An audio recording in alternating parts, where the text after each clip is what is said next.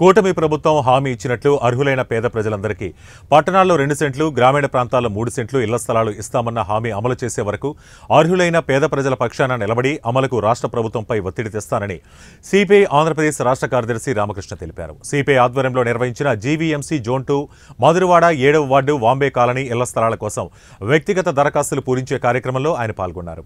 గత వైసీపీ ప్రభుత్వం ఎంతో అట్టహాసంగా పట్టణాలలో 1 సెంటు, గ్రామాల్లో 1.5 సెంట్లు ఇచ్చినప్పుడు పేదలకు పిల్లలతో ఏమాత్రం సరిపోదని, అవి కూడా కొన్ని చోట్ల ఏమాత్రం ఉపయోగంగా లేవన్నారు.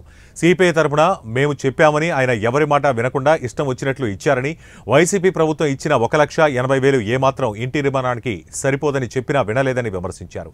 ఇల్లు లేని అర్హులైన పేదలందరికీ ఇళ్ల స్థలాలు ఇచ్చి ఇల్లు నిర్మాణం చేసి ఇచ్చే వరకు సిపిఐ పేదలకు అండగా ఉంటుందని తెలిపారు. ఈ కార్యక్రమంలో సిపిఐ జిల్లా కార్యదర్శి మరుపిళ్ల పైడిరాజు, మధురవాడ ఏరియా కార్యదర్శి సత్యనారాయణ తదితరులు పాల్గొన్నారు. ముఖ్యమంత్రిగా ఉన్న చంద్రబాబు నాయుడు గారు ఇక్కడ తర్వాత మళ్ళీ రాసుకునేది చంద్రబాబు నాయుడు గారు చాలా మంచిగా చెప్పాడు. అది ఏ మూలకు సరిపడదు కాబట్టి ఉపయోగం లేదని కూడా చెప్పారు. కొన్ని చోట్ల ఏం చేశారంటే ఏమాత్రం కూడా ఉపయోగం లేని స్థలాలు ఇచ్చారు, మునిగిపోయే స్థలాలు ఇచ్చారు. ఇల్లు కట్టుకోవడానికి అవకాశం లేదు.